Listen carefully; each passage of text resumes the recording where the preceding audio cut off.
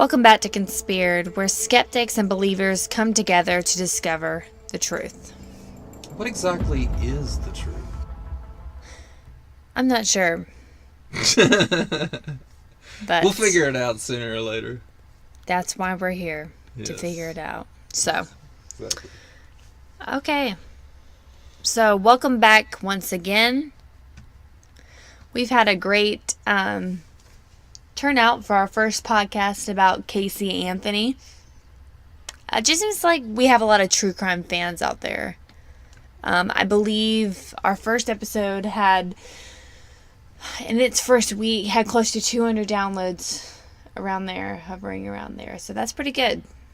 And this one, the first 24 hours, I think there was at least 100 downloads. In the first 24 hours, yeah. And overall, up to this point, close to 200. So that's pretty good. Yeah. We still have Stephen Avery as our number one, but I think we have determined why that one is number one. Yeah, we're not going back there. I'm not going back there. I'm just saying that's probably the reason. Yeah. Either way, we have a lot of fans who are interested in true crime. We've even had some requests come into us. I don't know if you saw this. On YouTube, we had a message someone wanted us to talk about. It wasn't Area 51. It was the Denver airport. The Denver airport. Yeah. That is an interesting story. It is. And I haven't seen many videos or listened to many podcasts about it. So maybe that is something we could think about in the future. Mm-hmm. Just as a reminder, wherever you are listening today, please make sure you stop and subscribe.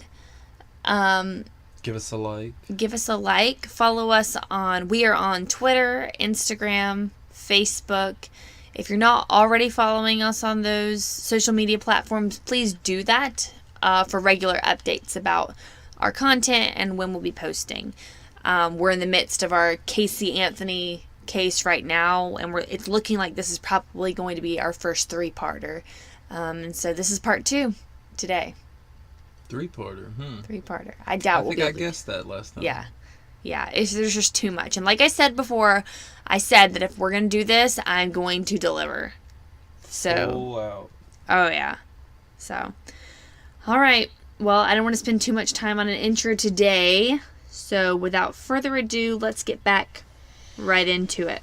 Let's get into it. We left off last time discussing Cindy Anthony's 911 calls to the police. And I believe last time we had left off where Caylee had finally told her mother, after months and months of lying about where she and her daughter had been. And I don't want to go into too many details. If you're not familiar or just tuning in, go back and listen to Caylee Anthony Part 1 to get caught up. Either way, the police are at her house, and now Caylee is having to answer for why she did not report her daughter missing when she apparently has been missing for 31 days without being reported. Right. And Caylee has alleged that Caylee has been kidnapped by her longtime nanny of almost 2 years, Zenaida Fernandez Gonzalez, who no one has ever met before. A.K.A. Zanny. Zanny the nanny. Okay. So, the authorities arrive at the Anthony home and speak with Caylee, and like I said, she tells them they've been kidnapped. And I think I said last time, she takes them to the apartment where Zanny had been supposedly living, or where she dropped Caylee off, and the police officers found out that not only, was she giving all these details about where various members of Zanny's family lived, the apartment management told them no one has lived in that apartment since February. And Caylee alleged that she had dropped Caylee off there at Zanny's apartment on June 16th. So it wasn't adding up for them. Authorities go to Tony Lazar's apartment, Caylee's boyfriend, to gather her things, which included her cell phone, which Caylee said had contact information for Zanny, but they found nothing. And the authorities had Caylee make a written statement about the last time she saw Caylee, and she indicated that she dropped her off on Monday, June 9th. Of course, later she would say that was June 16th, because everyone knew that that was the wrong date. and had not seen her since. And I listened to the recording of the officer, and he's like, do you want to change anything from this statement? And she's like, no, sir, it's 100% true. So, this brings us to July 16th, 2008. Authorities begin to find several discrepancies about Casey's stories and cannot find truth to many of her statements. The lead detective in this case, Yuri Melich, arrives on scene and speaks with Casey, and she repeats her same nanny story to him and swears it's true. She tells the authorities that she has a second phone at her office at Universal Studios, and this is the phone that has Zanny's contact information. Now, keep in mind, her friends and family know Casey has this job and has had it for about 2 years. Right. Okay. She had the uniform and everything going Right. to work. Had the ID badge even, and would get dressed, go to this job every day. And so Officer Melich says, hey, look, can you take us up to your office so we can get this phone? She's like, yeah, no problem. So, I'm sorry, before she does that, Casey takes the officers to various locations in relation to Zanny. And then after Casey is dropped back at her house, Yuri Melich begins an investigation into what Casey had told him. And he discovered that Casey did not work at Universal Studios and had not worked there for years. And he also called Universal and inquired about several of the co-workers Casey had mentioned, like Jeff Hopkins, Juliette Lewis, and finds that they do not exist. But he's not 100% sure. He's like saying, maybe I have it wrong. Maybe the information got misconstrued somehow, and maybe Casey does work there and I'm someone who's confused. I'm not sure if you know this or not, but what are the various locations that were related to Zanny? Different apartment complexes, because she had mentioned that Zanny had moved a lot. And he was like, okay, well, take me to the places where Caylee has been before in relation to Zanny. Sorry. All right, so Yuri at this point contacts Casey, and it's like, and he asks her, you work at Universal, right? And she reaffirms, yep, this is true. And so he asks her, well, look, can you just take us there? Because I'm not finding that, you're working there. And she's like, oh, no, yeah, I can take you there. So they pick Casey up and they go to Universal Studios and arrive at the security gate, but she is denied access at the security gate. And she tells them that she just forgot her ID, and so they are allowed to come inside. Casey leads the officers to a random building at Universal, and the officer would go on to say she was like walking with purpose, like she knew where she was going. And she takes them to this random building and walks down a long hallway. Finally, she stops, turns around, and says, okay, I don't really work here. Gosh. I mentioned to you before how Casey will lie until she's literally in a corner. I would say so. My gosh. Taking them all the way to a certain location in Universal and then turning around and saying, you know what? I don't really work here. You have to wonder what was going on in her mind. What was the ideal scenario in her mind? Did she think some magic fairy was going to come down and bolster her claim that she worked there? I figured she was just punking him. Or maybe she figured she would find some random office no one was occupying and she could pretend like it was hers. That is a possibility. I don't know. I don't know what her ideal scenario that would have been. That, to me, is one of the most bizarre things that Casey did. She's done a lot of bizarre things, but that, to me, is one of the weirdest things she ever did.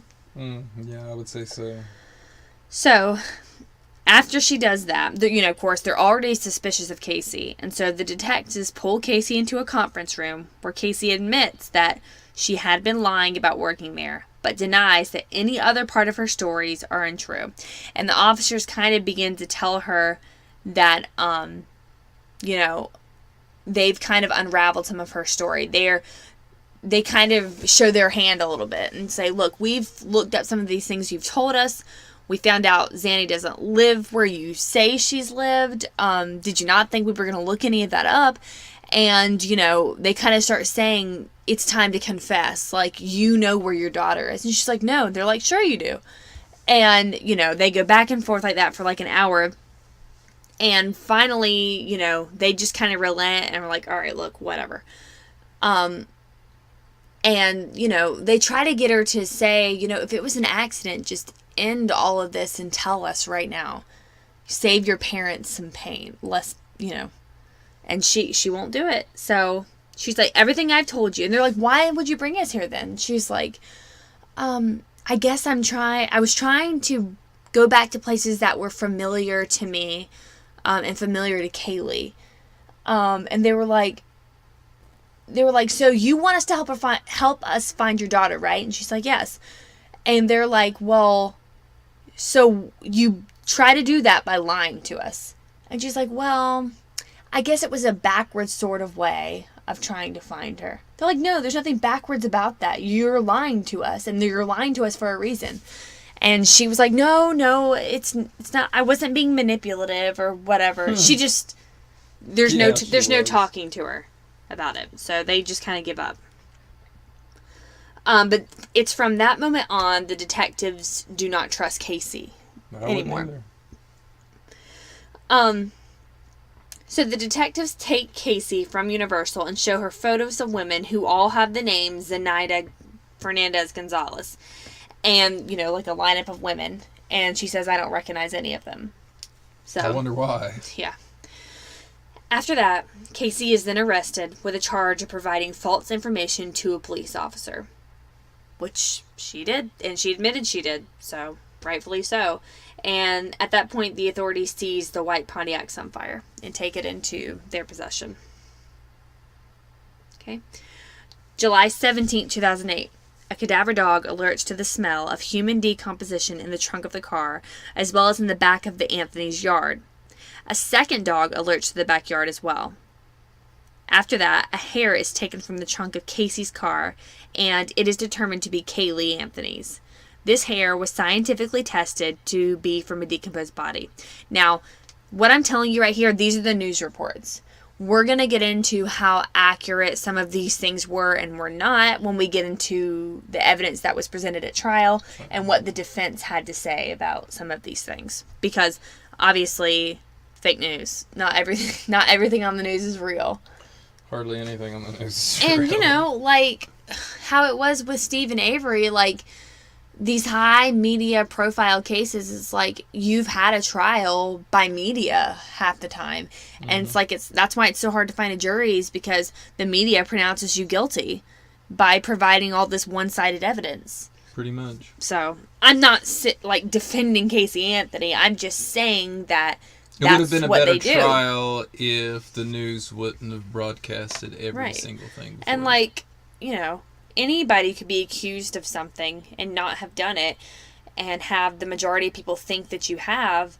And if the media is the majority, which we all know the media convinces the majority of things, then you're screwed. You've had your trial and you're more likely to be found guilty whether or not you did something. Yeah, I see what you're saying.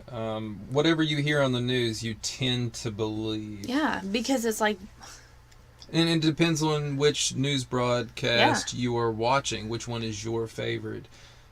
When I used to watch the news, I would watch all of them, just so I could take a little bit from each one and figure out what the truth was, because they would just skew it to whatever their agenda was. Their political agenda, yeah. I heard somebody else did that. Kendall Ray, who I love, you know this. Oh, yeah. Kendall Ray, who is a popular YouTuber and podcaster, if you don't know who she is, she's awesome. Look her up. But she said she does that too. She watches both news. Yeah, my buddy Oscar was the one who taught me that. He goes, don't just trust one media source. He goes, they're more likely to skew it in their direction if you listen to multiple sources. That way you can decide, what you believe is true. Sure. And, just find that common ground, that middle ground. Yeah, so I just wanted to say that some of these dates that I'm going to be talking about before significant parts of the trial, which you probably already know, this case does go to trial, but I did want to indicate that some of these things that were, quote, found are from media outlets and what was announced that was found, but we're going to look at both sides of what was this evidence later on. Okay, so good. Because I was getting ready to ask a question. So if you're listening and you're like, wait, they said that the hair might not have been from a decomposed. I know. We're gonna get there. I'm presenting what they said was found. Okay. I'm glad you explained that because I was getting ready to ask a question. I think I've learned my lesson about that. I'm not gonna not learn my lesson. I don't feel like I presented anything unjustly. I don't want to give anyone a reason to say that I have not. And now back to Caylee Anthony. I'm just saying, I'm on to you folks, and they know who they are. Of course, they're blocked, so whatever. All right, July 18th through the 21st of 2008. So the search for Caylee begins. Now, this is important. Her grandparents, George and Cindy Anthony, believe Casey has had nothing to do with this.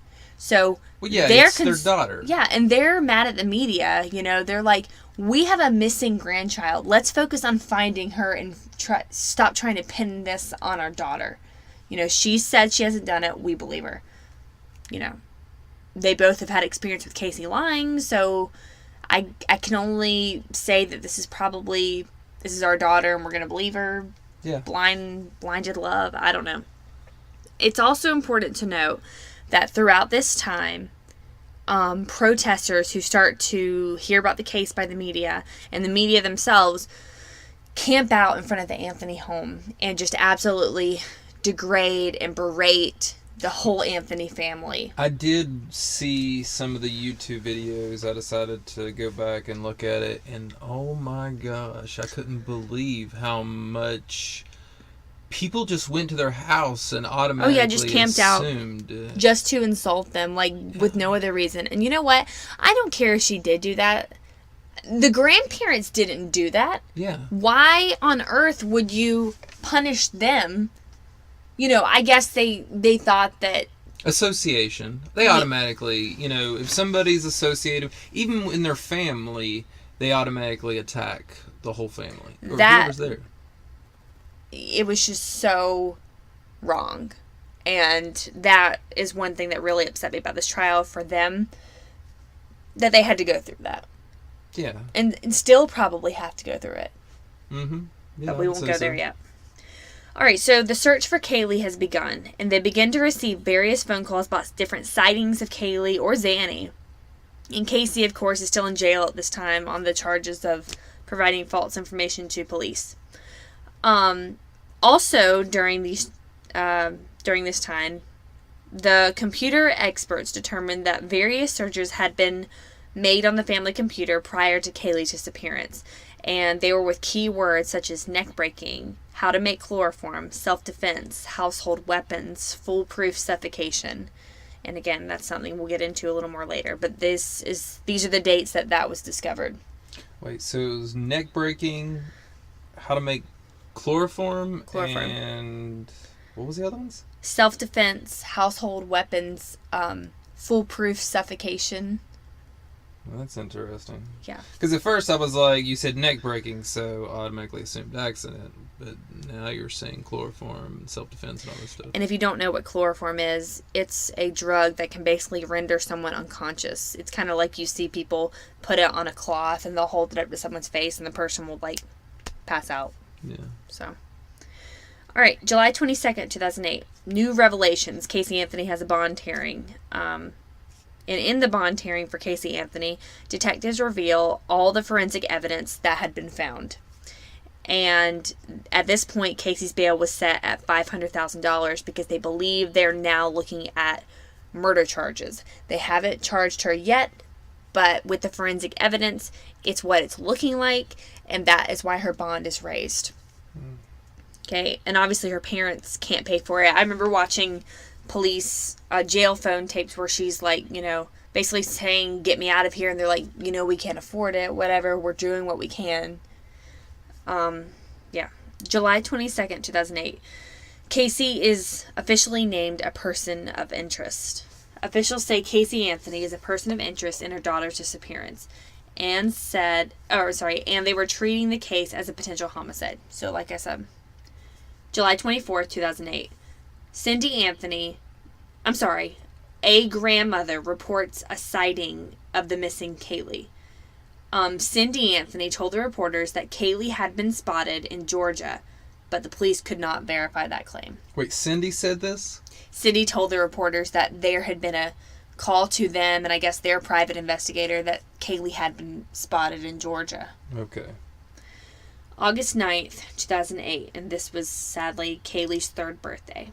And her birthday came and went with no sign of the missing child. August 17th, 2008. Alright, so there's a bounty hunter, and he ends up offering Casey's bond. The arrival of this Californian named Leonard Padilla added to the intrigue, and he was a veteran bounty hunter with his own reality TV show, and he claimed that he'd been contacted by Caylee Anthony and would post her bond, and he did.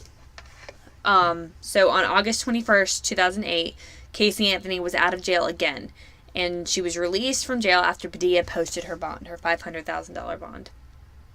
And I don't think he had anything to do with the case after this, and I don't really even know what his motivation was. I guess maybe just the notoriety of the case. That's what I'm thinking.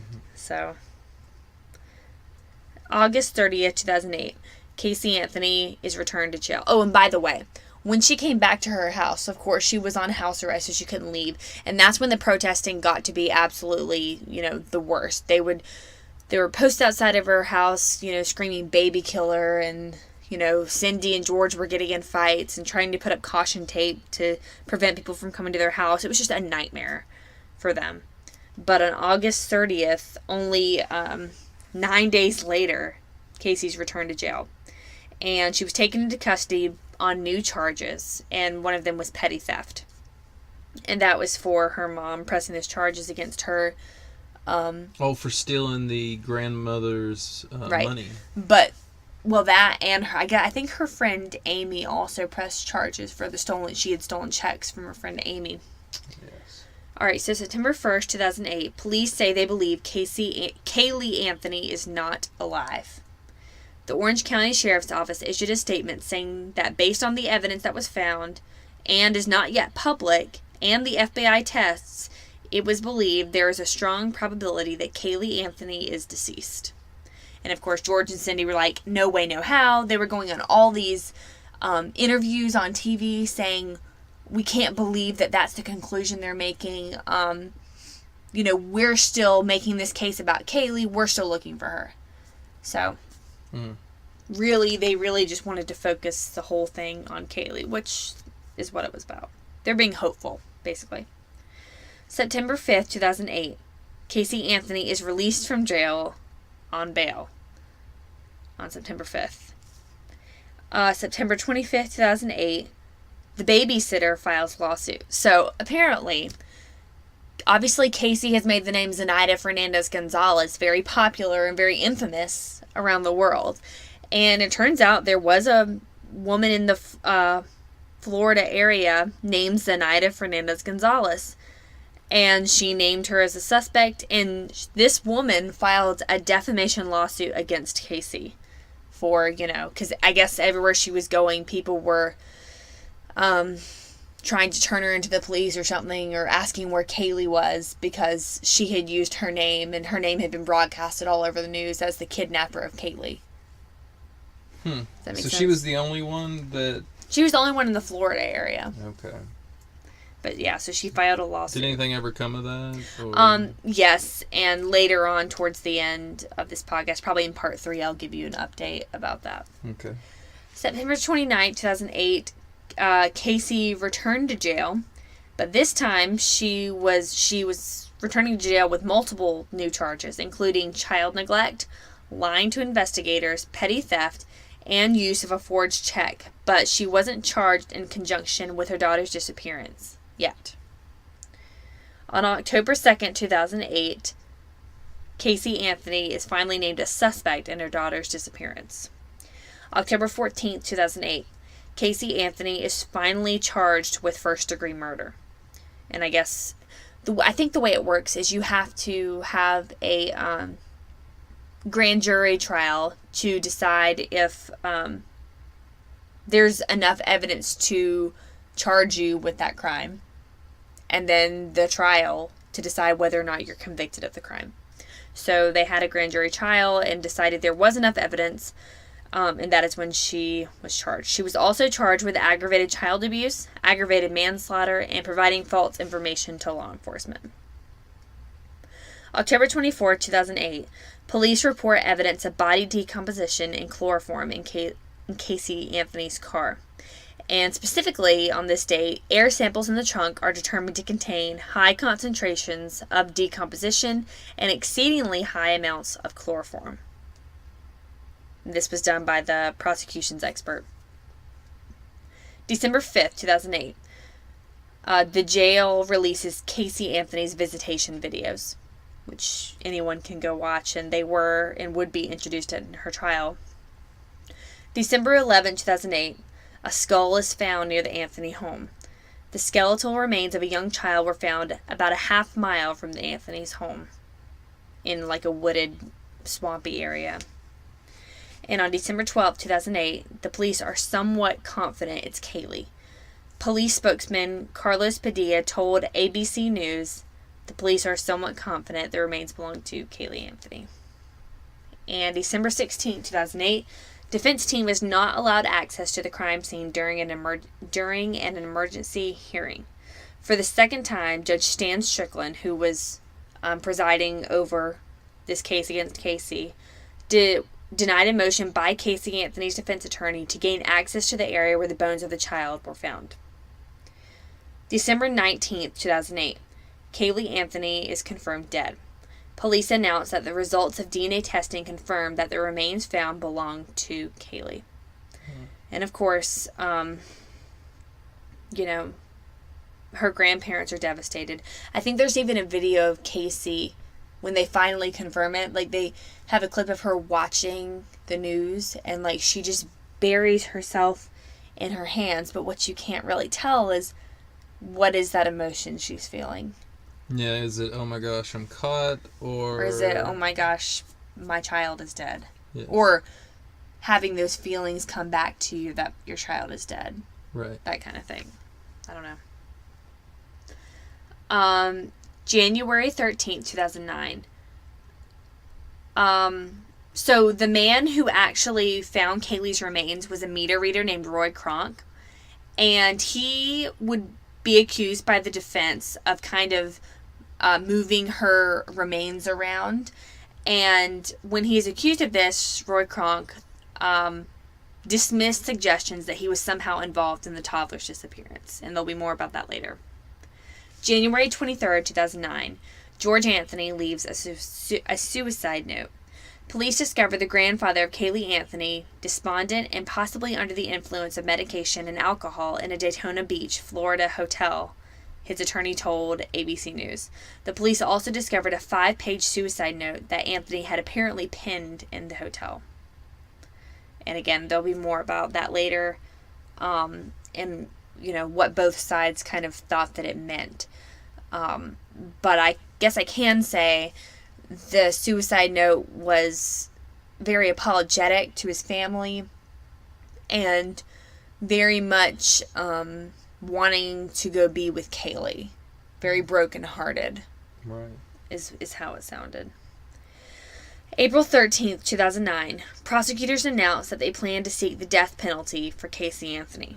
In a reversal, prosecutors plan to seek the death penalty against Caylee Anthony. In December, the state's attorney office filed court papers indicating that prosecutors would not seek the death penalty in connection with the first-degree murder case. But evidently, by this point, they decided that, in this case, the death penalty should be on the table. June 16, 2009. This is the 1-year anniversary of the last time George and Cindy say they saw their granddaughter. 1 year after Caylee's disappearance, George and Cindy Anthony's lawyer, at this time, Brad Conway, said the couple does not know the truth about what happened to Caylee, but he knows of no theory in which the Anthony's daughter and Caylee's mother, Casey, is above suspicion. He also said that Caylee Anthony would likely take the stand in her own defense at the trial, which could be at least a year away. June 19, 2009. Caylee Anthony's autopsy report is released. Her body was found scattered in a wooded area just a few blocks from the Anthony home. It was discovered by the meter reader Roy Kronk. Upon examination, it was discovered that Caylee had 3 pieces of duct tape placed on her mouth before she died. This particular brand of duct tape matched the duct tape that was on George Anthony's gas cans. And if you remember, the same gas cans that Casey had stolen from his shed. Right. Before. With, Tony? With, her boyfriend Tony. The cause of death was declared unknown, but the manner of death was declared to be homicide. And as you know, there is a difference between these two. Again, we'll get more into this later, but cause of death is how the child died. Well, by this point, her remains were so, decomposed and the bone dry that they were unable to provide a definitive cause. But based on the manner in which the remains were found and other evidence, they were able to declare that the manner of death was homicide. Now, this was the autopsy report done by the prosecution. The defense also had another doctor do an autopsy, Dr. Werner Spitz, and again, we'll hear from him later on. But he disagreed with that. December 18th, 2009. The judge rules that Caylee Anthony can face the death penalty. Judge Stan Strickland denied the defense's motion to eliminate the death penalty, saying it would be best to leave it up to a jury whether Caylee should face the death if she is convicted. April 6, 2010. Caylee Anthony jailhouse letters and inmate police interviews are released. One inmate in particular told the police that Caylee said in jail that she used to, quote, knock out Caylee, perhaps with some kind of sedative, so she could go out at night. Sedative. Really? Yeah, sedative. I believe I have heard it pronounced sedative. Maybe it's like tomato. Maybe. The inmate also claimed Caylee knew details about her daughter's remains before police and said she knew about details of her daughter's remains before the police made them public. April 19, 2010. Judge Stan Strickland steps down. In a scathing written decision, Judge Stan Strickland, who had presided over the Anthony case since it had begun, removed himself amid controversy over his positive comments toward a blogger who was covering the case. Basically what happened was there was this blogger who had been, writing about his thoughts about the case, and he believed Caylee to be guilty, and Judge Stan Strickland was responding to what he was saying in a positive way. So it almost came off like he was biased in favor of Caylee being guilty. Oh, and okay. So it was declared that he was being biased. So he had to step down. That makes sense. He recused himself, and then Judge Belvin Perry takes over as judge, and he would be the person who presided over the trial from that point going forward. June 15, 2010, George and Cindy Anthony marked the 2nd anniversary of the day their granddaughter disappeared. And that should be June 16th. Not June 15th. I'm not sure why I have that there. In an exclusive interview with Good Morning America, George Anthony said he doesn't think about the trial's eventual outcome and is just living day to day. In a few months, the ordeal will have lasted longer than Caylee's short life. That is true. It's very sad. Mm-hmm. She was only basically 3. Almost 3, yeah. July 15, 2010. Same day. On the 2nd anniversary of the night Caylee was finally reported missing, Casey, Lee, George, and Cindy all appear in court for an emotional evidentiary hearing.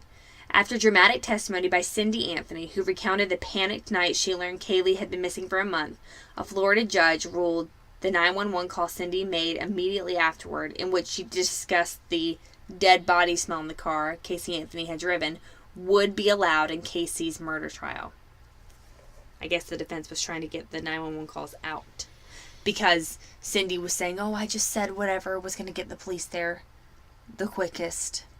That may be true, but if it did smell like a dead body, that was her immediate reaction. Right. And to me, that's important. Yeah. All right. The last date before we get into the trial. September 14th, 2010. Caylee Anthony expands her legal defense team to 6 attorneys, including her lead attorney, Jose Baez, to go against the prosecution team, containing the lead attorneys Linda Drain Burdick and Jeff Ashton. Okay. So those are all the pertinent dates leading up to Casey's trial. And, of course, some of the things I'll be discussing in the trial are quite lengthy, and I can't promise that we're going to get through it all on this episode, but we'll find a relatively good stopping point. But we're going to press onward to the beginning of the trial. Sounds good to me. Let's go for it. So, May 9th, 2011, the trial begins with jury selection.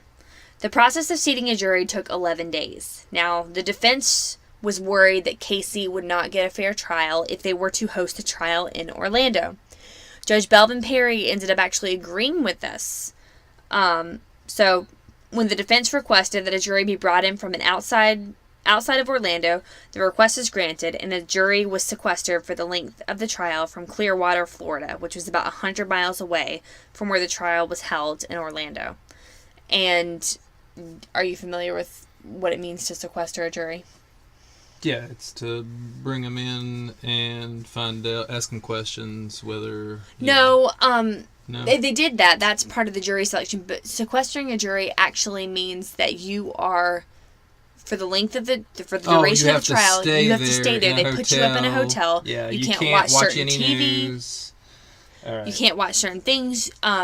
If you kept a journal, they had to have that journal. They had to select which movies they could and could not watch. They had to be there when they were having conversations with each other. And for the length of this trial, which was, a few months, several weeks, it was just, As y'all could tell, she is the more true crime person. I'm just here to be the person that tries to figure the case out. And I really want to hear your opinion, but I'm just saying, I remember my friends and I were watching this trial in the summer of 2011, and I was like, what I wouldn't give to be on that jury, but it's probably a good thing I wasn't, because I would have been a little too obsessed. I don't think they wanted someone who's too obsessed. They were really looking for people who had not heard about the case, which was very difficult to find. They should have picked somebody like me, because... Yeah. Someone who was going to be impartial. I didn't really care much. And of course, I'm not going to go too in depth about it, but I know the prosecution and the defense, all members had to agree on all 12 members of the jury. So basically, it's not like the defense got to pick someone, the prosecution got to pick someone. They both had to agree on these people. Yes. Every single person. And couldn't they veto, if they didn't like a certain one? Yeah, they get so many. Mm-hmm, they could.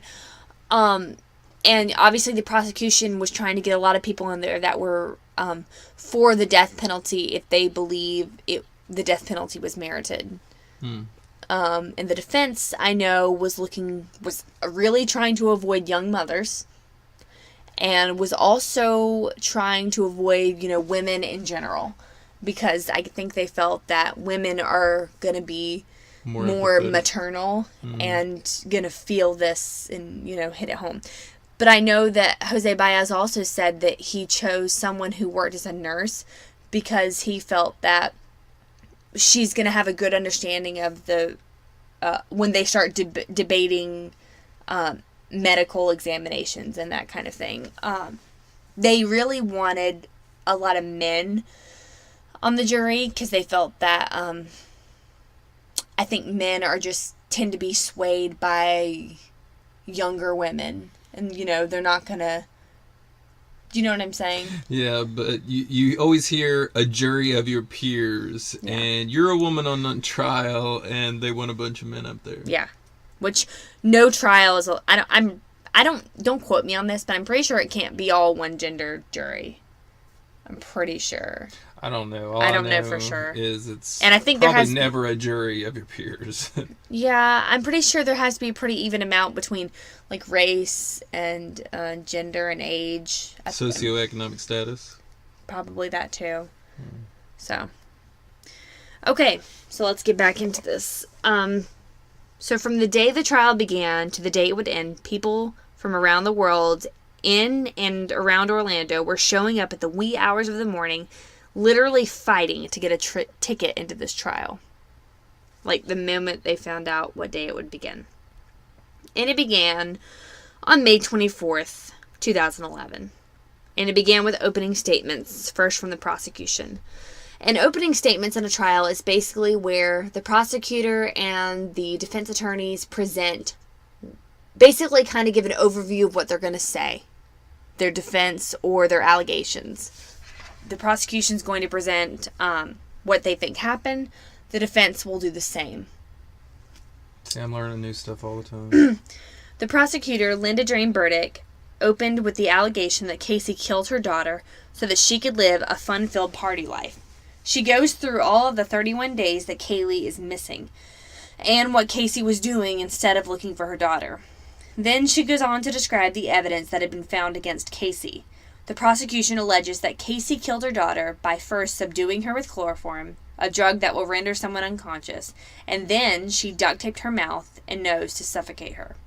They would go on to say that Casey left the body in the trunk for a couple of days, then later disposed of the body in the woods where it was later found. Which brings up, excuse me, Caylee Anthony's lawyer, Jose Baez. And he opened the defense with quite a zinger. Of course, no one knows what he was going to say. From everybody on the outside, they thought she was going to say she was kidnapped by the nanny, like she's been saying. But what he had to say really threw everybody for a loop. He alleges that Caylee was not murdered, but that she, excuse me, accidentally drowned in the family swimming pool on July 16, 2008, and that Casey's father, George, helped her... June 16, 2008. Yes. And that Casey's father, George... That's what I said. It's July. Okay. Excuse me. I'll take your word for it. Helped her cover it up. The defense team also alleged that she was sexually abused by her father and brother and hid her daughter's death just like she hid the secret of her alleged sexual abuse.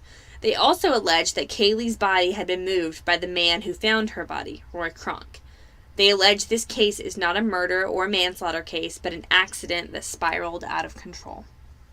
What's your opinion about that?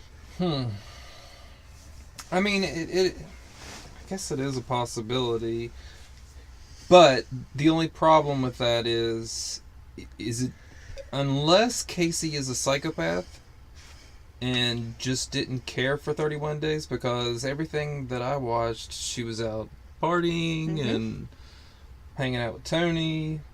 So, no, this makes no sense to me. Yeah. All right, so now I'm going to get into the evidence that was presented. And this is the evidence that was presented by either the prosecution or the defense. And I'm going to give both sides of what the prosecution has to say about this evidence and what the defense has to say about this evidence, and kind of leave it up to the listeners as to what they believe. Okay. All right, so the first evidence that was presented was the human hair that was found in the trunk of Casey's car. Now, the theory that Casey stored her daughter in the trunk after subduing Caylee with chloroform was bolstered by the hair that was found in the trunk.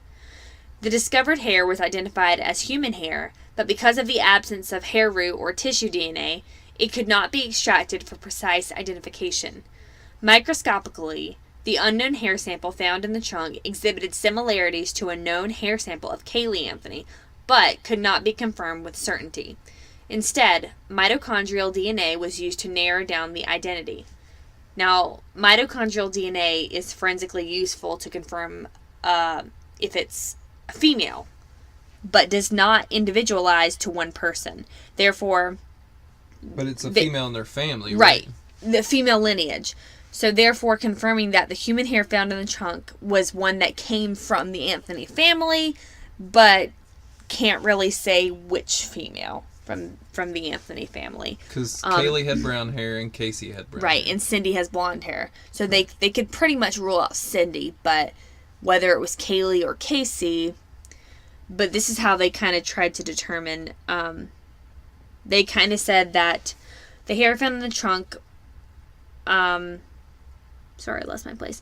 The FBI lab analysis on the human hair found in the trunk of Casey's vehicle had exhibited characteristics of human decomposition near the end where the root would be found. So for the prosecution, they were saying this, for us, definitively proves that it couldn't have been Casey's hair. It had to have been Caylee's, because Casey's obviously not dead, and Caylee is.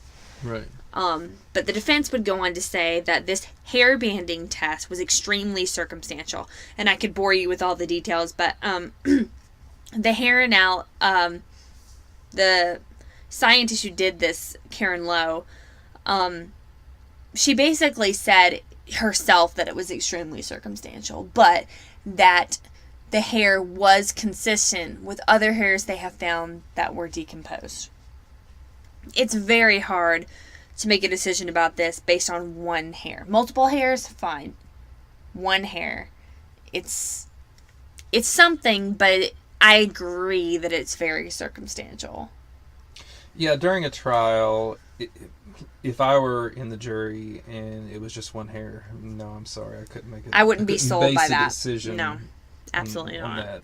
I probably, if I were on the jury, I probably honestly would have just ignored that, because to me that wouldn't have proved anything, especially after she said that it could have been Casey's hair. Right. Because obviously it's Casey's car. Casey's hairs are going to be everywhere. Yeah, exactly. And then well, no. And then when she said it's circumstantial, I'm like, okay, well, you know what I mean? Yeah, I see what you're saying. Okay.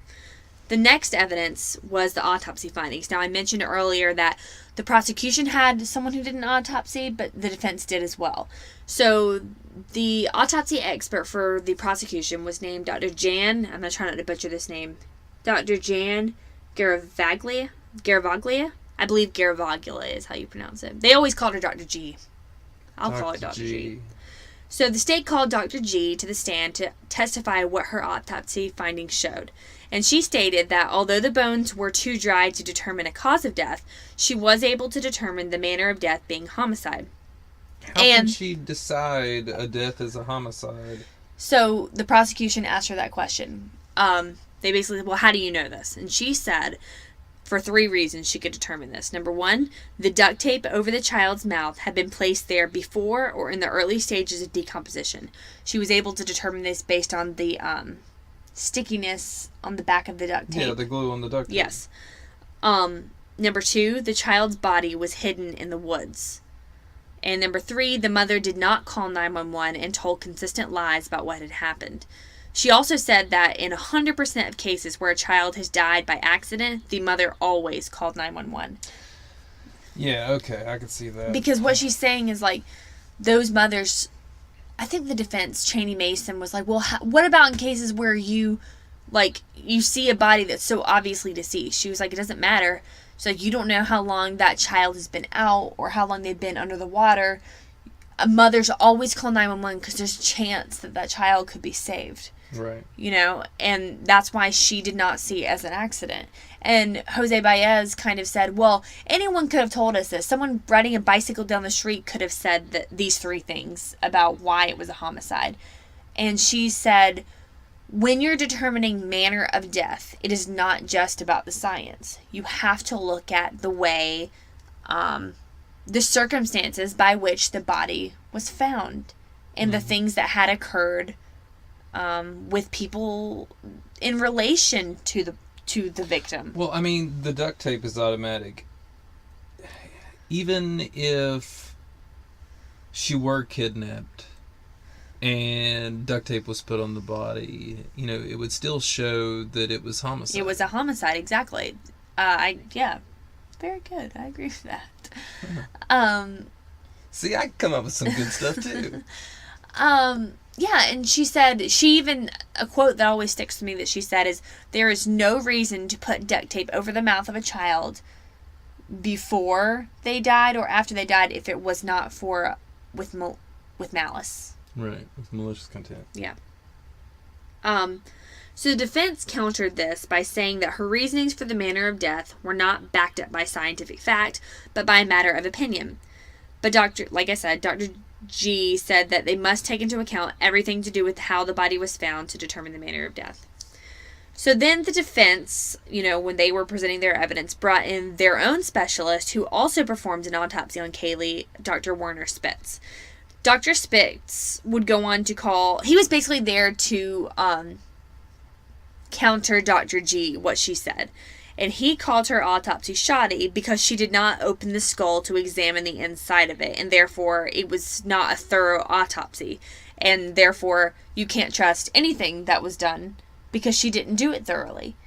Depends on how far along the decomposition is. I mean, if you cut open the skull, I mean, I could understand looking for trauma, but if you're cutting up a skull, it depends on how far it is along to see if there's anything inside. Right. And Dr. G was saying that they could clearly see what was inside the skull. And she also went on to say that if we were to have opened it, it would have crumbled in our hands. 'Cause that's how, like, worn it was.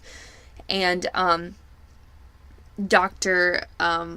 Werner Spitz said that, Jeff Ashton, the prosecutor, said that, and he said, "Oh, I didn't know I broke it," because that's what happened when he opened it. And he literally said, "Oh, I didn't know I broke it." How do you not know you broke it? He broke it and then said, Yeah. "I didn't know I And broke Dr. it." G's like, and he has the right to call my autopsy shoddy when he did a fracture on the skull. I can understand that because it's Florida. It rains all the time. And it's hot. And it's humid. So, yeah. I mean, that would decompose a body a lot quicker. And he also claimed that there was no definitive reason that this child died by homicide and could have very well died from any way and by any means.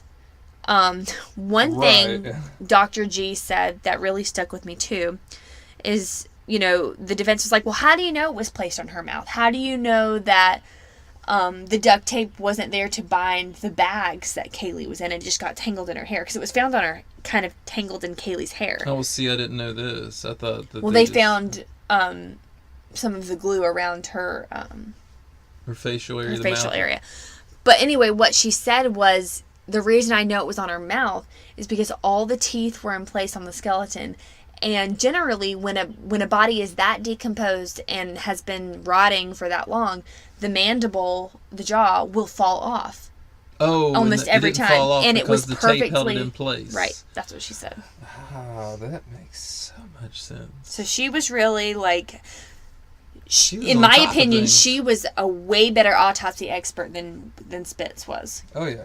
The minute he said, "Oh, I didn't know I broke it," to me was like, and he was like foreign. He was a very older gentleman. Dr. G was like, very young, very, very strong witness for the prosecution. Okay. The next piece of evidence was the decomposition detection. So one disputed piece of evidence admitted in the Anthony trial was the odor analysis of the air in the trunk of Caylee Anthony's vehicle. I'm going to throw some science at you. So, I love science. And I'm not good at science at all, so you can imagine how long it took me to understand this, but trust me, if I can understand it, you can understand it. I'm sure I can. Well, you you're and the talking about listeners. the listeners. Yeah. The reason for its dispute was due to the infancy of the odor analysis technique and its lack of acceptance in the scientific community. So basically, this odor analysis that this Dr. Arpad Voss, a prosecution witness, had come up with, was not a respectable technique in the scientific community. And in fact, this was the first case where it had been admitted into a trial as evidence. Something that the defense would jump all over. But the prosecution introduced odor analysis by Dr. Voss to present evidence of decomposition in the trunk. Basically, that there was a smell of decomposition in the trunk. In his findings, Dr. Voss compiled compounds for the decompositional odor analysis database. Dr. Voss found 41 compounds out of 424 compounds that are associated with decomposition in Casey's trunk. He stated that nearly all compounds found in early stages of decomposition were found in the air captured in Anthony's trunk. Voss's studies of odor analysis were primarily on bodies of burials in various depths of the soil. So basically, he had tested this analysis with, the smell of bodies that were definitely decomposed. All right, so in order to he's detect it. testing these smells in coffins at certain depths. Yes. Okay, that's Correct. what I wanted to make sure. In the trunk of Caylee Anthony's vehicle, the absence of compounds found was not explained by Dr. Voss. A primary compound found in human decomposition and a significant marker in other peer-reviewed articles, and I'm going to do my best to pronounce this. Undecane? Do you think that's right? Undecane? Undecane. Undecane. Okay. Or undecane, one of the two. Was not found in the trunk. Well, maybe because the trunk has been opened so many times that the decomposition, a lot of that is going to escape. Yeah. The absence of this compound was not explained. And of course, defense attorney Jose Baez introduced his expert witness, Dr. Furton, to interpret the report prepared by Dr. Voss. And in his expert opinion on volatile compounds, aka compounds that evaporate, were found during human decomposition. Dr. Furton disputed that the findings should conclude evidence of decomposition and could have resulted from the trash that was in the trunk. So basically what he's saying is that... That doesn't sound right. Basically what he's saying that these findings by Dr. Voss, these compounds he found, could have also come from the trash that was in the car.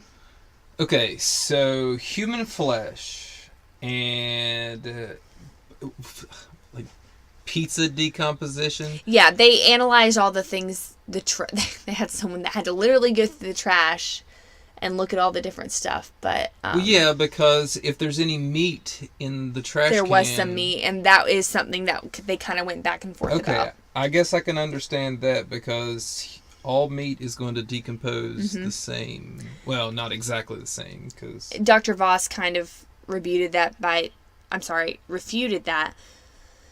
saying that human decomposition has such a significant odor and something he smelled, countless times. So he's saying compared to, meat. Say, other animals? Right. Yes, specifically so if you smell human. a dead, I don't know, possum on the side of the road, then it's going to smell different than a decomposed body on the side of the road. FBI lab results also found levels of compounds in the air that were associated with decomposition. With the gas chromatography mass spectrometer, the technician was able to isolate compounds, 67% of which are associated with human decomposition. One compound found that came to question was the excessive levels of chloroform. Dr. Voss also testified that the amount of compounds he found associated with chloroform were, quote, exceedingly high. Much higher than he expected. And he went into the numbers, but he was able to back this up by literally showing his findings. Right. In the defense, of course, refuted this by saying that this was nothing but junk science and, just like the hair banding, extremely circumstantial. And you can't just say something is junk science. You actually have to come up with your science to dispute their Well, science. that's kind of what he did with Dr. Furton. And honestly, I try to put myself in the jury's perspective. Dr. Voss, Is he seen as a quack job? He almost came off that way. Just because he was such a science nerd. Right, I was getting ready to say that. Some people that love science may come off a little bit... Like, they don't have a lot of social skills. He couldn't pronounce his R's, first of all. It was very sad. He was very cute. He was a very cute man. But, and even the prosecutor kind of had to slow him down when he was getting into too many scientific details. He was like, all right, hold on. Let's break this down for the jury. Can you imagine somebody that's in the scientific community, kind of recluse, put him on the stand? Oh, yeah, he did not want to testify for that very reason. He's not, like, a people person. Right, that's what I'm saying. So, yeah, that must have been awful for him. He was really... I found out later that he was really he had to be convinced to come and testify. I bet you that if I were to watch the trial after listening to you talk about this, it would probably give me a whole different perspective. Oh, yeah. Another thing well, the reason he called it junk science, Jose Baez, is because he was like, this is the first time this odor analysis has been introduced in a trial, right? And he was like, yeah. He was like, well, he kind of alleged that you're doing this so that other trials will want to use this. And you'll make money off of it. And, Dr. Voss was like, no. I felt so bad for him when he would accuse him of things. Because he was such an innocent-looking guy. You could tell he was such a science guy. Isn't it usually the scientist is like, I'm doing this because I want to change, the way something works. Yeah. And it's the people that own the corporations who are like, I want this to make money. Right. And, I don't know. You could tell that whether his analysis was quacky or not, you could tell he meant well. Like, I don't believe for a second he was trying to... He was trying to make money so he could build up his Star Wars collection. I know. He's such a nerd, but really cute guy. But definitely, I would say not one of the stronger witnesses for the prosecution. So when you say cute, on a rating of 1 to 10, how cute is this scientist? For an older gentleman, probably 6, 7. 7? No. It must have been a really cute scientist. He couldn't pronounce his R's. It was so cute. Yeah, but he was just, he spoke over the jury's head, I feel. Well, most definitely likely, spoke over my head. It's how he speaks in, everyday life with other scientists. I will say, Jose Baez gave him a time. He did not like him at all. And I don't know if he felt threatened by him or if he was just annoyed the fact that he was even there introducing evidence. Probably because he was way smarter than him. Could be. All right, next piece of evidence, a stained paper towel. This is one that a lot of people don't really think about or talk about. But it was introduced, and it was found with a large amount of fly pupa that was sent for analysis. And fly babies. And the cause of the stain was characteristic for adipocere profile, also known as grave wax. Adipocere is the breakdown of fat by water in an oxygen-deprived environment. So, where Caylee's remains were found. Mm-hmm. This fact was disputed by the defense because the adipocere profile found on the stained paper towel originated from human fat when there are fatty acids, which can result in adipocere also found in garbage content of the trunk. So, again, Wait, it can result from both trash and decomposition? Yes. Human? So basically they were saying you can't just say this is from human decomposition. Okay. Well, then that would throw that out. If I was in the jury, I would have to throw that out. Yeah, because it's like you can't... they proved that it could be found in trash too, so it's like... Right. It almost... I'm not going to say it. I'll say it at the end. About the trash. Just remind me. Okay. All right, presence of chloroform. Going back to Dr. Voss. So Dr. Voss's analysis of the air in the trunk resulted in a high level of chloroform. The FBI laboratory also confirmed the findings of chloroform in the trunk. However, it was not proved whether the chloroform was a result of spilling contents in the trunk carpet or if it came from the alleged decomposing body. Well, that would be hard to tell either way. I mean, unless they did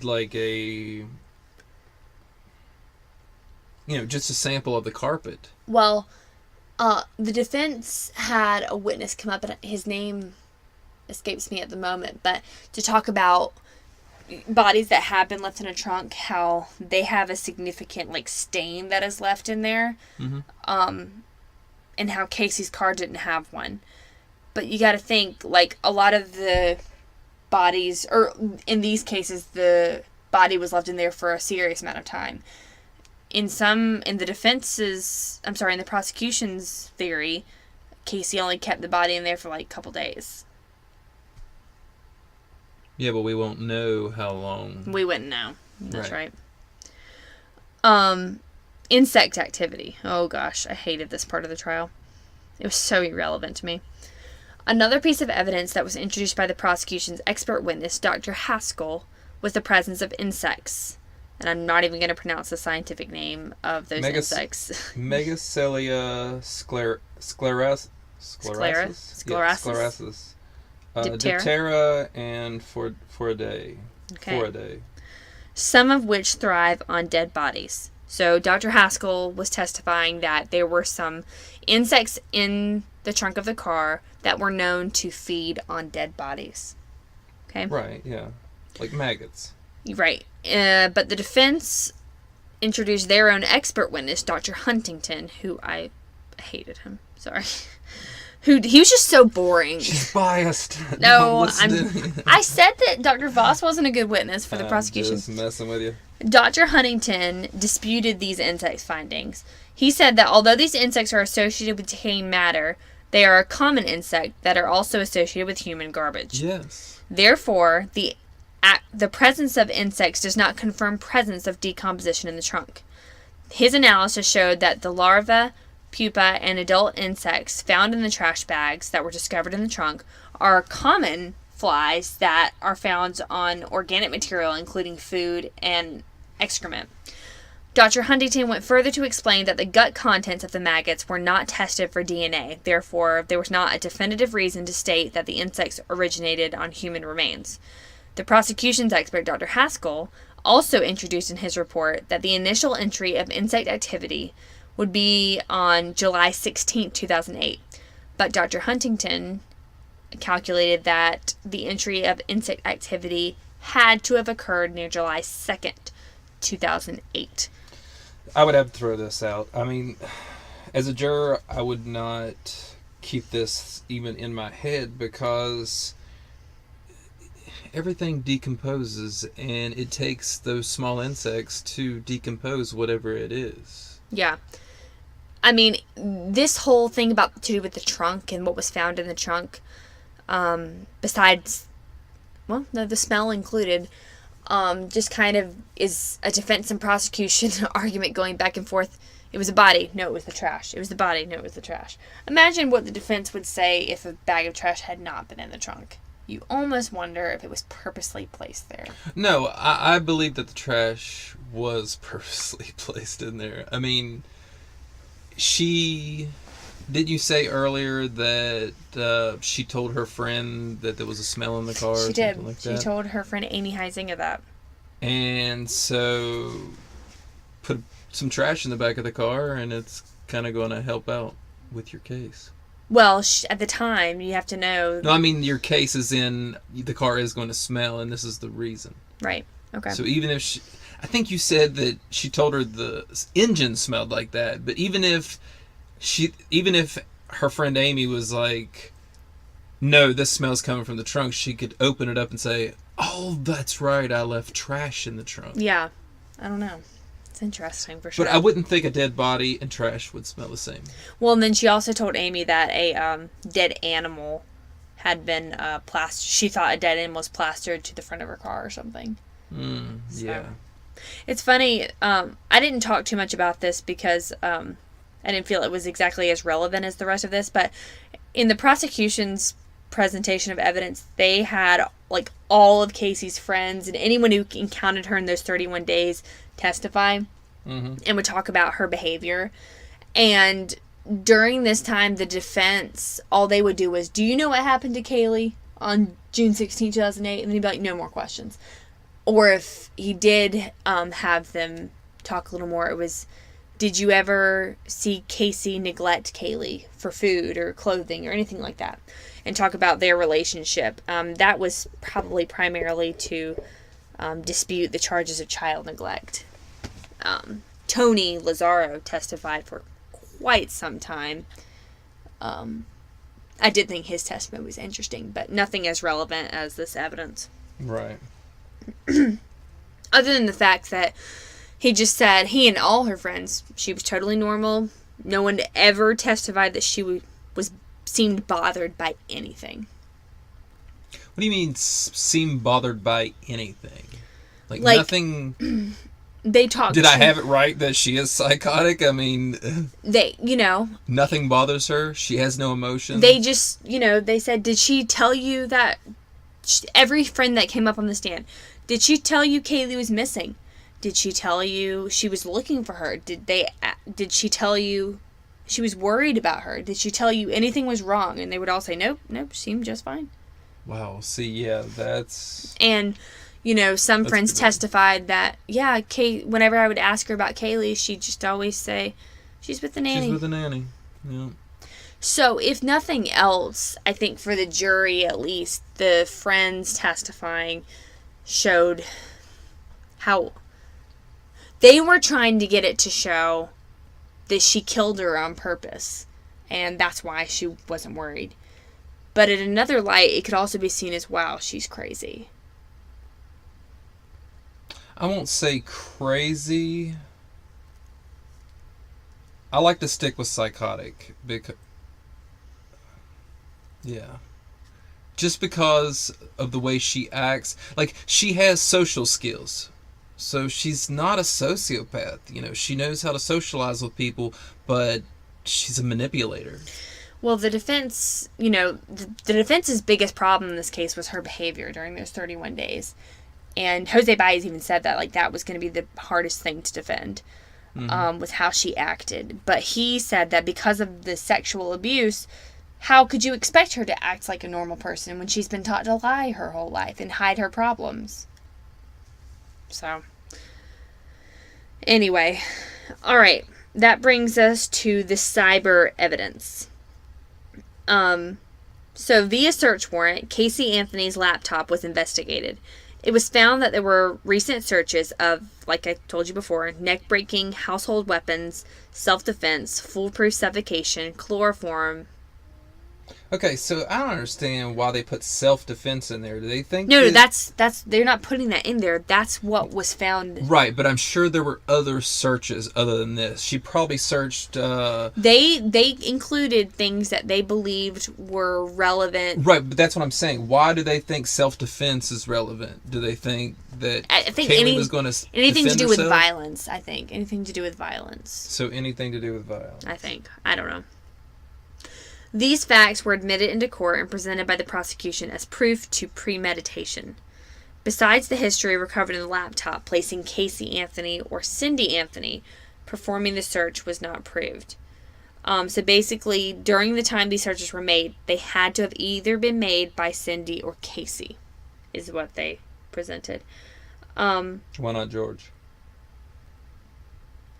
He was working, and he was clocked in during his time. All right. And Lee didn't live there. During direct and cross-examination, Cindy Anthony claimed that she was the one who made the searches. She searched those terms in the laptop, but the timestamps at her work proved the unlikeliness of that occurring. So she got up on the stand and said, I was looking for chlorophyll, and I guess I just mistyped it. But the problem was, the prosecution had an expert present that website, that chloroform, had been visited 84 times. So it was one website? That apparently was visited 84 times. But don't hold on to that fact too tightly, because there's something that comes later to rebut that. I was going to say, this one website, is it how to make chloroform or how to buy it? How to make chloroform. So how to make chloroform. Okay. Yeah. So yeah, Cindy says, I'm the one who made those searches. And the prosecution also alleged that Caylee visited the site about chloroform about 84 times. John Bradley, the prosecution witness who had testified to this, would later come out and say that shortly after this testimony, he found out that there had been an error in his system, and the site had only actually been visited one time. He alleged that he gave this information to them on June 25th, like during the trial, but the jury was never told about this discrepancy. I feel like I needed to include that as a nod to the defense, because, it does show the prosecution in an unfavorable light.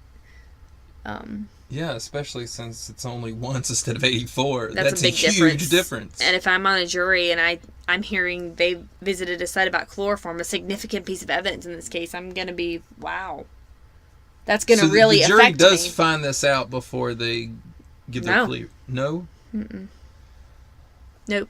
Oh, wow. John Bradley said he gave them all the information to make a new report, that it was only visited one time, but the prosecution never did anything with it. So. Okay. Okay. The duct tape.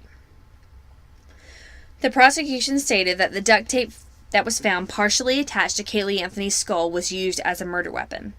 In an animation shown in court, very disturbing animation, might I add, the duct tape was superimposed on an image of Caylee Anthony to demonstrate that it would cover her mouth and nasal cavity, leading to her suffocation.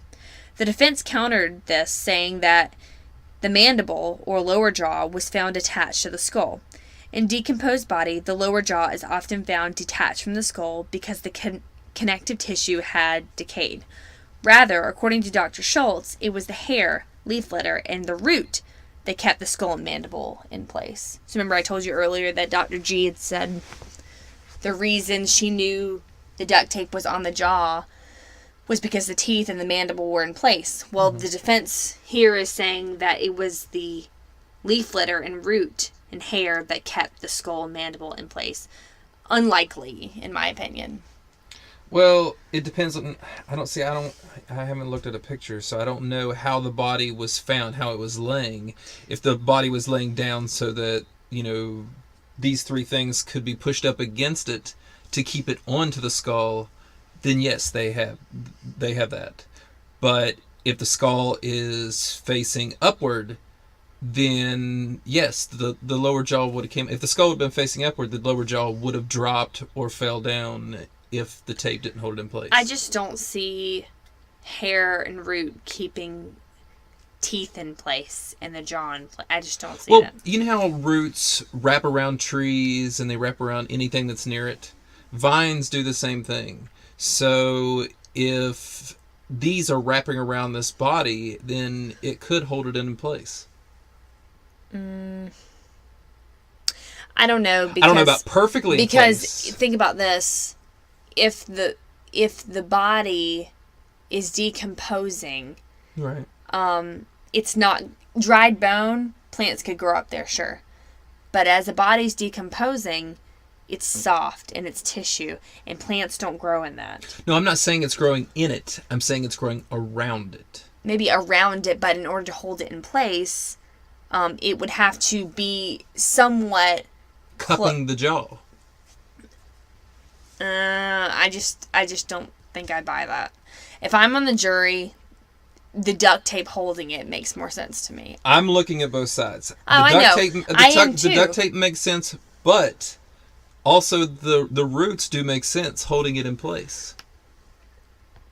I just feel like plants are not going to grow to something as close as wet as a decomposing body would be.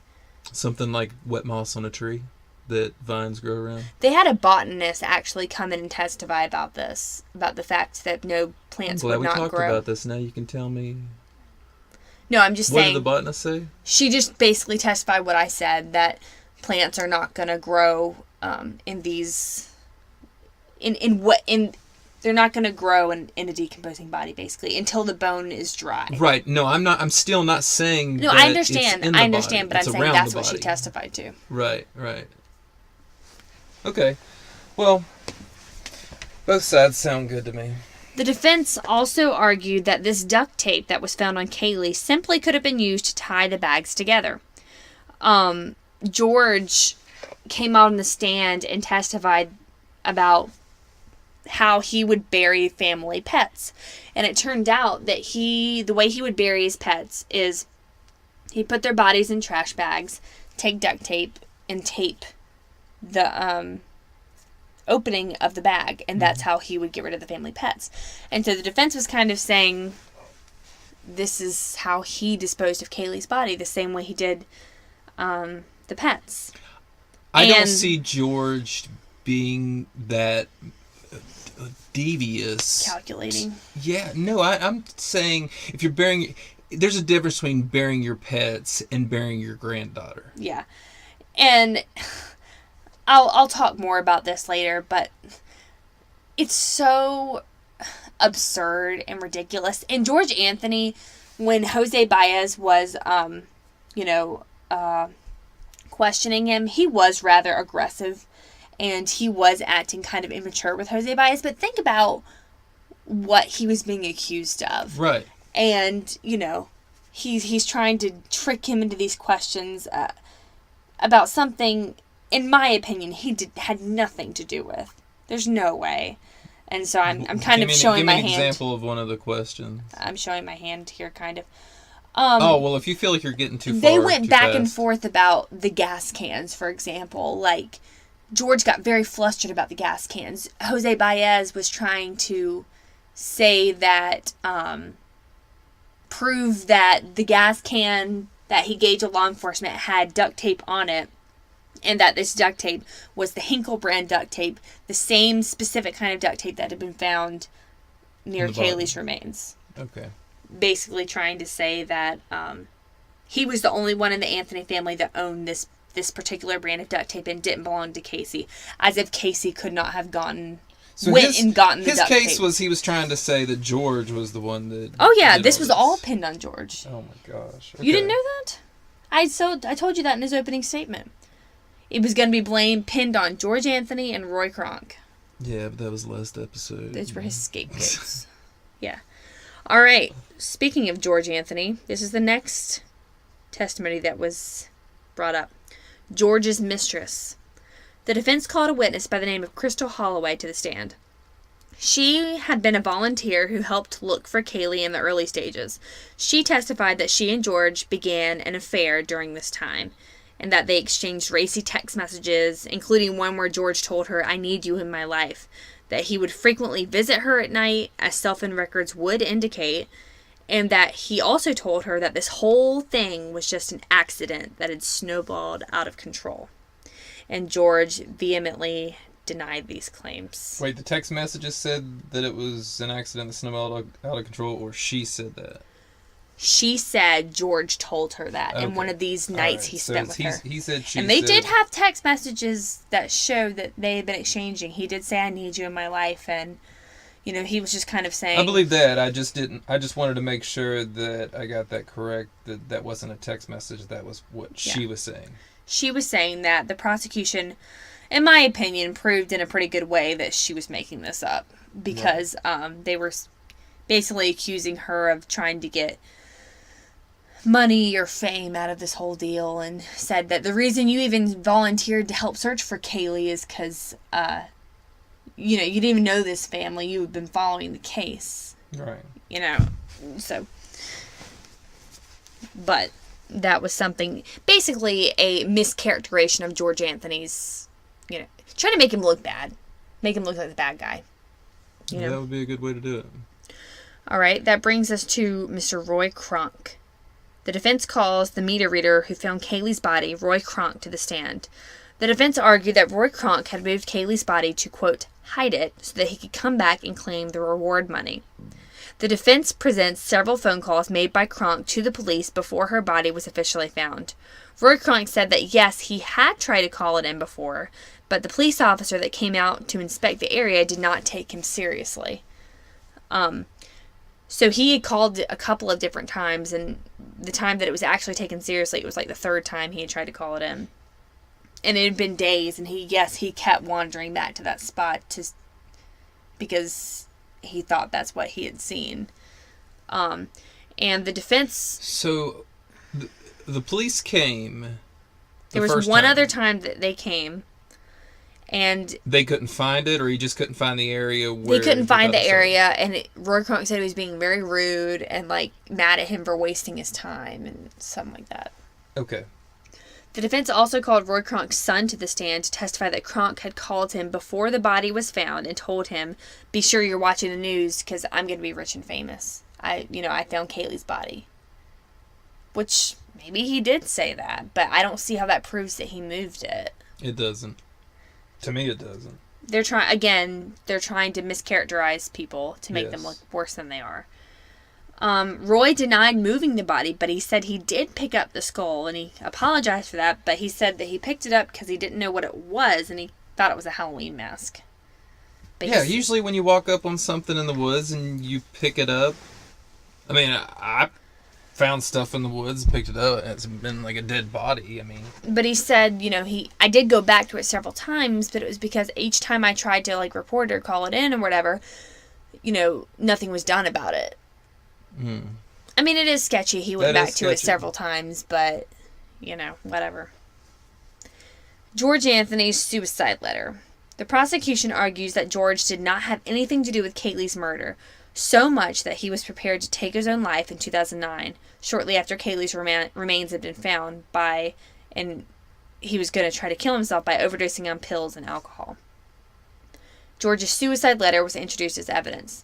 This letter was broken down by the defense, who alleged that he might have been doing this due to his guilt over the responsibility he felt for Caylee's death. No, if they said that he was putting her in the woods like he would put his pets in the woods, then, this would make no sense. So it doesn't help their case. No, and I think this suicide letter, I think it helps George, honestly. I think that if you read that letter, you can just, it's very desperate. It's very heartbreaking. Nothing to me in that letter says guilt. It's, if anything, he does mention guilt, but guilt over not being a better father or grandfather and not being more involved with Cindy, things like that. Well, they probably regret those 31 days of not doing anything. Yeah, not doing anything. Or thinking he could have changed something or whatever. Yeah, because, people go through those stages of death, and one of them is... Yeah. So June 30th, by the way, that's all the main evidence that was presented in trial, and various experts were testifying on these specific pieces of evidence. I didn't mention the gas cans, but I kind of did. The gas cans were kind of a big deal to the defense anyway, about the duct tape. Okay. But, and I mentioned Casey's friends testifying to kind of show her behavior during the 31 days. And the prosecution also ended their evidence phase with having the last person come to the witness stand, which was the tattoo artist that gave her the Bella Vita tattoo. And they kind of said that basically this is the ultimate thing that proved premeditation, because, the tattoo artist said that all she was talking about while she got this Bella Vita tattoo, this beautiful life tattoo, was how excited she was about her new boyfriend, Tony.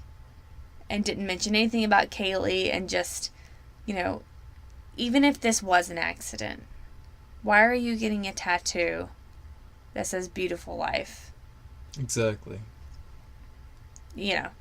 And with me, if I were a jury member, that would have really have resonated with me. I think it was a smart ploy by the prosecution to call this tattoo artist last.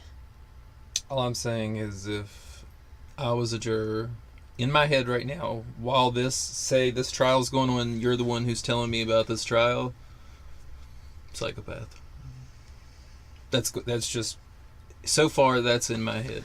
Whether it was an accident or she did it on purpose, that's a psychopath. And as you know, I have my theory, which I will present to you in part 3. But, yeah. June 30th, the defense rests. Caylee Anthony does not testify. And honestly, a lot of people see not testifying as evidence that you're guilty, but if I was innocent of a crime, I probably would not testify, because cross-examination is brutal, and they can make whatever you say sound bad. Mm-hmm. They can twist it in some way. Because they can ask you questions in a certain way where you have to answer yes or no. Oh, yeah, they're very skilled at that. Yes. So, a lot of people say that, but I really don't feel like not testifying. As a jury member, no, and it could just be my background of, true crime or whatever. That wouldn't say anything to me if I were a jury member. In fact, I would probably be like, yeah, good call. Don't testify. Mm-hmm. So, as you may or may not know, the prosecution presents their evidence, the defense presents their evidence, and the prosecution also has an opportunity for a rebuttal in presenting a certain amount of witnesses, a rebuttal to what the defense said. And the reason for this is because the prosecution has the burden of truth. The defense only has to give the jury reasonable doubt, whereas the prosecution has to prove that beyond a reasonable doubt that someone did this, but based on their evidence. So that is why they are given the opportunity to have a rebuttal. I know a lot of people wonder, they're like, that's not fair, but it's because they have the harder end of the deal. Yeah, that makes sense to me. So, the prosecution rebuttal began on July 1st, and in this rebuttal, they presented evidence that questioned the truthfulness of Cindy Anthony's claim that she was the one who made the incriminating computer searches. They presented records from her work indicating that Cindy Anthony was at work during the time she claimed to have made those searches for chloroform from home. Computer records revealed that someone using Cindy Anthony's username was logged onto her computer at the hospital where she worked for nearly 9 hours on March 17, 2008 and March 21, 2008, the days the computer searches for chloroform were done by someone in the Anthony family home. So basically proved that Cindy committed perjury on the stand. So did she get in trouble for that? She didn't, because, to me, it was very hard evidence and proof, but they couldn't say that it was Cindy on her work computer, even though who else would it have been? Right. And her work, supervisors couldn't testify if she was working that day or not, because it's like, that's one day of work. How am I supposed to remember that? You clock in? Yeah, but she was, like, that's what they're saying. Like, they looked at her, they're like, the way I would judge that is if she was working on her computer, and there was records showing that she was, but Cindy had kind of said, well, someone might have been working under my username. Sometimes we did that at work. So this was, they didn't search, it wasn't the IP address that looked it up. Like, different places have different IP addresses. It wasn't the IP address they looked up, it was a certain computer that made the searches. They looked at the history. So she could have done This it was the on work this computer database. at work. This was her work database that they were pulling up. Oh, okay. So, all right, this is the last thing I'm going to talk about for this part of this Caylee Anthony trial, and that's closing arguments. Closing arguments begin, and, Jose and Jeff Ashton are doing closing for both of their sides, and they're basically just kind of recapping the evidence and basically giving you as the jury, a last reason why you should agree with what we're saying, basically. Jose Baez got wrapped up in, this is the last chance I have to speak to you, and blah, blah, blah, and I'm sure he said more than blah, blah, blah. Well, he actually, he and Jeff Ashton had quite a time of it during this trial. Jose Baez accused Jeff Ashton of being overly emotional about certain things, which I think I do remember somebody talking about this. He didn't hide his emotions. He kept laughing at what Baez was saying and covering his mouth. Well, I was about to get into that, but he just accused him throughout the trial of, like, if anything didn't go his way, he would like have a tantrum like a child. Whereas Jeff Ashton about Jose kind of said that he was very manipulative and did things under the table and wouldn't tell them about certain experts that they were having to coming to testify. And the judge actually got into it a couple times with Jose Baez because he was a relatively new defense attorney, and according to Judge Balvin Perry, just was not playing the game by the rules. I believe he said something along those lines. Okay. And he let him have it one day in court, and it was kind of Baez was like hardcore. Well, Judge Balvin Perry, I really loved him because he let both the prosecution and the defense have it. He was like, we're not doing this. He was like, you guys going back and forth fighting all the time. Like, he was... This court is not a circus. I loved him. I felt like he was a very fair judge, very impartial. So, but in closing arguments, Jose Baez and prosecutor Jeff Ashton were both admonished and threatened with expulsion by the judge because Baez was concluding his closing arguments and yelled to the jurors that Ashton was a laughing guy because Ashton barely hid a smile behind his hand when Jose was presenting his closing evidence. It kind of reminds me of like children whenever they're like, Oh, you yeah. know, somebody's talking about them and they're like covering their mouth and pretending like they're laughing. It did, and I have to agree with his. I mean, Jeff Ashton was as compelling as I think he was very emotional.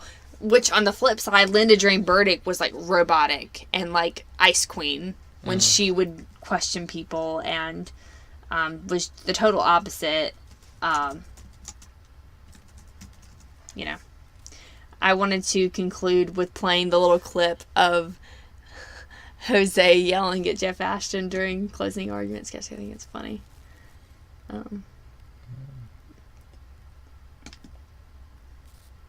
If I can get there. Maybe have some volume. Yeah. Talking about cold, hard evidence. Evidence that points to one person, and one person only. And he could get up here and lie all he wants, George and Anthony. dance around the truth. And he Yeah, you could can get up see- here and lie all he wants. Yeah, so they're repeating it because it Dance showed around the him truth. laughing. Yeah. And he could get up here and lie, and depending on who's asking the questions, whether it's this laughing guy right here, asking the questions, whether it's this laughing guy right here, asking the questions, whether it's All right, this question, so whether yeah, it's you this picked the laughing, video to that- myself. Objection. That was Judge Belvin Perry about to let loose on him. Very unprofessional on both parts. Yes. I mean, the way he was laughing at it. Very unprofessional. But the way Jose was screaming was very unprofessional as well. Yeah, both of them were. I agree with that. All right, guys. Well, part 3, we will continue with the verdict of this trial and the aftermath and our own opinions. Wow. I'm Are we really gonna be able to get all that in? Oh yeah, we will. Okay. I'm really looking forward to that part because it's more like up to date with like what's going on right now. A lot of people don't know what's happening right now, but I do. I somewhat do now that I've been looking into it. Yeah. All right, guys. Well, thank you so much for sticking with us for this hour-and-a-half podcast episode tonight. I hope you have enjoyed this, and I can't wait for part 3. I'm hoping that part 3 comes out this Friday. Yeah, that would be awesome. All right, please remember to subscribe, follow us on our social media platforms, and please download, comment, leave an iTunes review. It helps us tremendously. Yes, Twitter.